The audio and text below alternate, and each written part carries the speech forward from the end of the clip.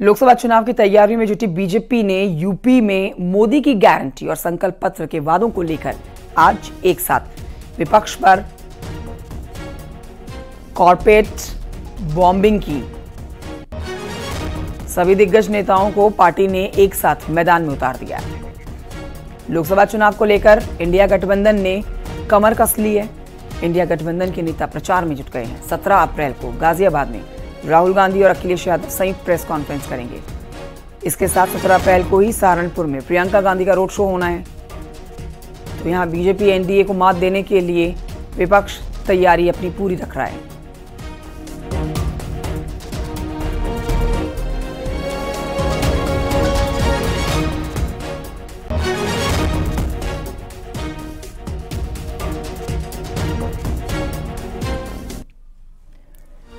बसपा अध्यक्ष मायावती का पश्चिमी यूपी का दौरा जारी है। मायावती आज बिजनौर में जनसभा करने जा रही हैं। नुमाइश मैदान में उनकी जनसभा होने जा रही है।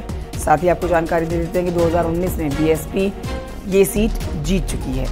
मलूक नागर सांसद मलूक नागर ने चुनाव से ठीक पहले बसपा छोड़कर आरएलडी ज्वाइन कर ली है। बीएसपी ने इस सीट से विजेंद्र सिंह को उतारा है, जबकि आरएलडी से चंदन चौहान तो समाजवादी पार्टी ने दीपक को टिकट दिया है।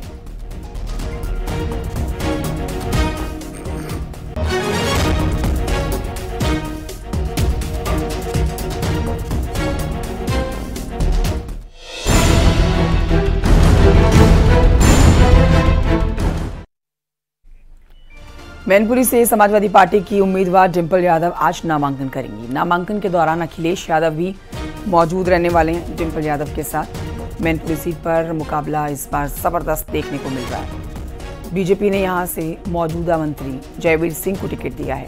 जयवीर सिंह अपना नामांकन कल दाखिल कर चुके हैं। आज डिंपल यादव पहुंचने वाली हैं नामांकन दाखिल करने के लिए।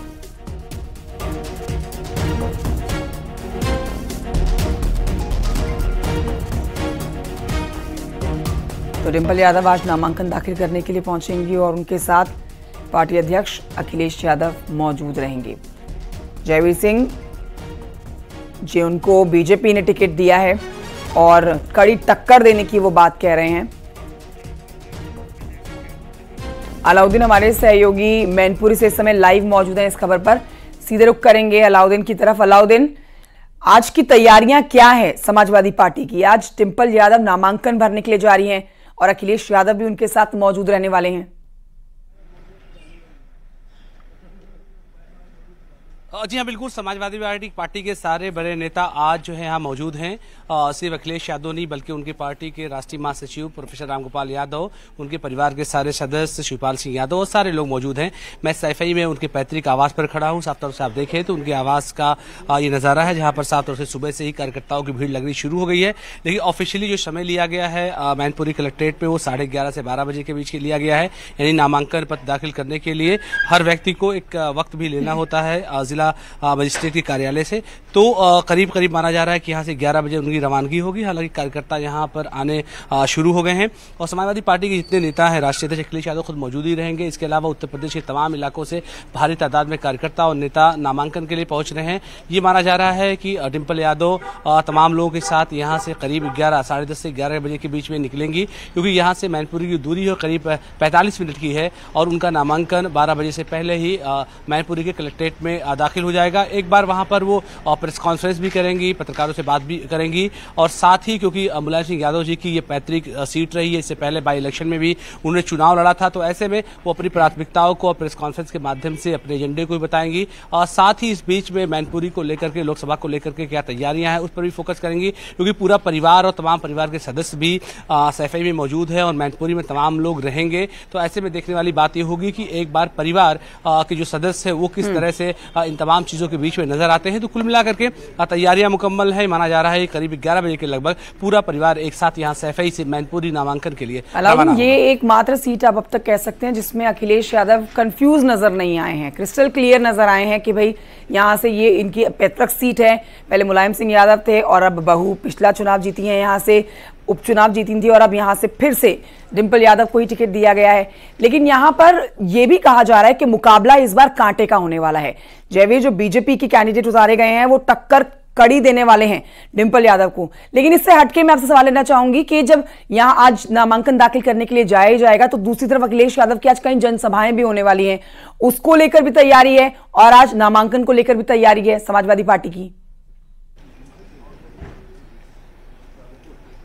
और ये देखिए पैतृक सीट रही है, तो ऐसे में समाजवादी पार्टी यहाँ पर न सिर्फ मजबूती से लड़ने का पूरा प्लान बनाया है बल्कि उत्तर प्रदेश के तमाम इलाकों से सभी जाति बिरादरी के नेताओं को भी बुलाया गया है। और जहां तक जनसभा का सवाल है, अखिलेश यादव खुद कैंपेनिंग यहाँ पर करेंगे। हालांकि करीब 1 महीने से खुद डिंपल यादव यहाँ मौजूद है कैंपेनिंग के लिए। और सबसे अहम खास बात यह भी है कि कल समाजवादी पार्टी के राष्ट्रीय अध्यक्ष अखिलेश यादव और कांग्रेस पार्टी के नेता राहुल गांधी गाजियाबाद में एक प्रेस कॉन्फ्रेंस करके तमाम जो संयुक्त रैलियां हैं उनकी पार्टी का क्या रोड मैप है उस पर रोशनी कल डालेंगे गाजियाबाद में। तो मान के चलें कि फर्स्ट फेज से इलेक्शन अब धीरे धीरे सेकंड फेज, और क्योंकि यहाँ थर्ड फेज में है तो यहाँ पर भी धीरे धीरे शिफ्ट हो रहा है। तो ऐसे में समाजवादी पार्टी की पूरी तैयारी है कि इन तमाम इलाकों में अपने नेताओं को न सिर्फ उतारा जाए बल्कि समाजवादी पार्टी का जो गढ़ है जहां से वो मजबूती से चुनाव लड़ते रहे उन तमाम चीजों को बदस्तूर उसी तरह से रखा जाए जैसे पिछले इलेक्शन में वो रखते रहे हैं। ऐसे में कल का दिन बेहद अहम इसलिए होने वाला है क्योंकि राहुल गांधी और अखिलेश यादव एक संयुक्त प्रेस कॉन्फ्रेंस करके तमाम रोड मैप के साथ संयुक्त रैली पहली कहां पर होगी इस पर भी पर्दा इस पर से उठेगा। तो यानी कि आज नामांकन करने के बाद तमाम लोग कल जो है गाजियाबाद में मौजूद रहेंगे क्योंकि जो है रामनवमी से पहले ही जो है नामांकन को दाखिल करने का प्लान था। तो ऐसे में आज माना जा रहा है कि 8वीं के दिन जो है नामांकन पत्र आज दाखिल हो रहा है। शुक्रिया आपका अलाउद्दीन जानकारी के लिए। लोकसभा चुनाव की तैयारियों में जुटी बीजेपी ने यूपी में मोदी की गारंटी और संकल्प पत्र के वादों को लेकर आज एक साथ विपक्ष पर कॉर्पोरेट बॉम्बिंग की है। सभी दिग्गज नेताओं को पार्टी ने एक साथ मैदान में उतार दिया है।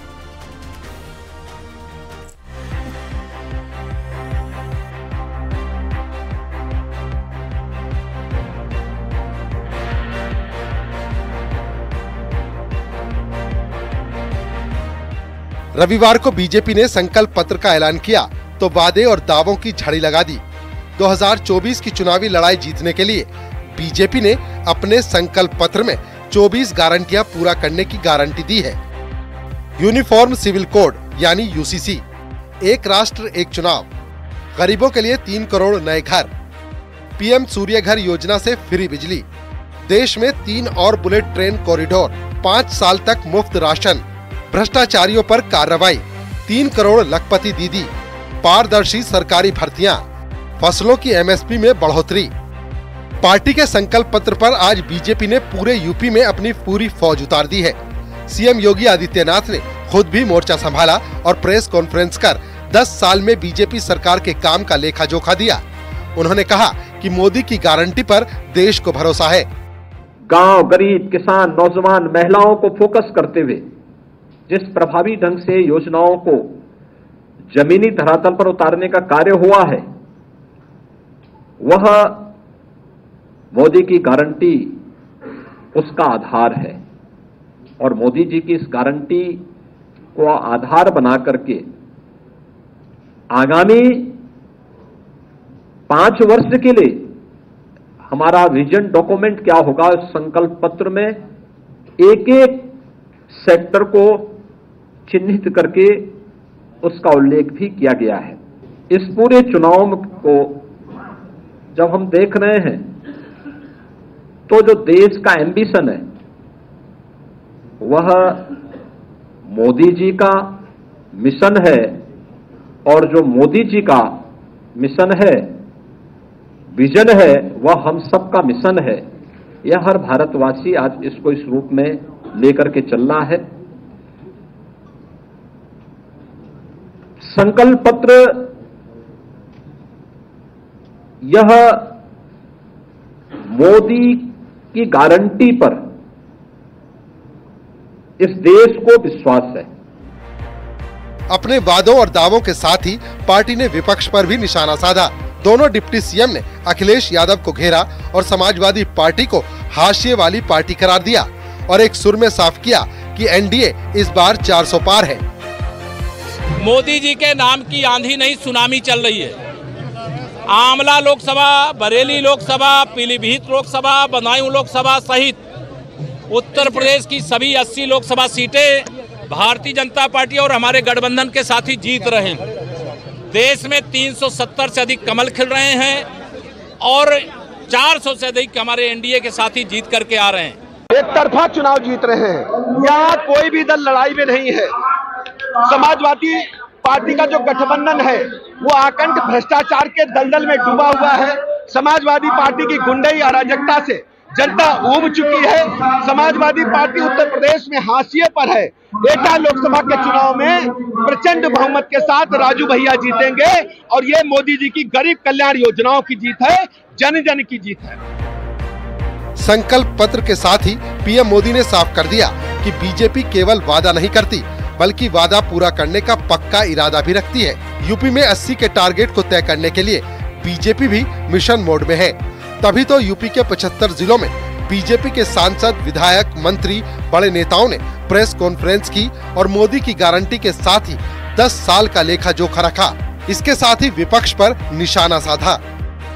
अखिलेश यादव कोई भी विकास की तो बात कर नहीं रहे, उनको विकास की बात करना चाहिए, आंकड़ा की बात करना चाहिए। तो यह लोग क्या है, समाजवादी पार्टी हो, कांग्रेस पार्टी हो, ये जाति और धर्म की बात करती है। इनका कभी भी मूल सोच विकास का नहीं रहा है। अब विकास की बात तो कैसे करेंगे? विकास की बात करेंगे तो लोग कहेंगे अखिलेश यादव जी के समय 100 से अधिक दंगे होते थे, हर हफ्ते कहीं न कहीं दंगा होता था, कानून का राज समाप्त हो गया था, जंगल राज था। यदि मोदी जी की गारंटी है तो निश्चित रूप से पूरी होकर रहेगी। आदरणीय प्रधानमंत्री जी के नेतृत्व में 2014 और 2019 में आप सब लोगों ने पूर्ण बहुमत दिया और गांव, गरीब, बच्चे, दलित, महिला, युवा, किसान को समर्पित किया। उनके शरीर का कण-कण और जीवन का क्षण-क्षण राष्ट्र का विकास और गरीब कल्याण को समर्पित रहा और 2047 तक विकसित भारत के निर्माण को, दृष्टिकोण को प्रस्तुत करता है। फिलहाल अपने संकल्प पत्र के साथ 2024 में 400 पार के नारे के साथ बीजेपी उतर चुकी है। अब जनता को तय करना है कि बीजेपी के दावों और वादों में कितना दम है। Bureau report, news 18।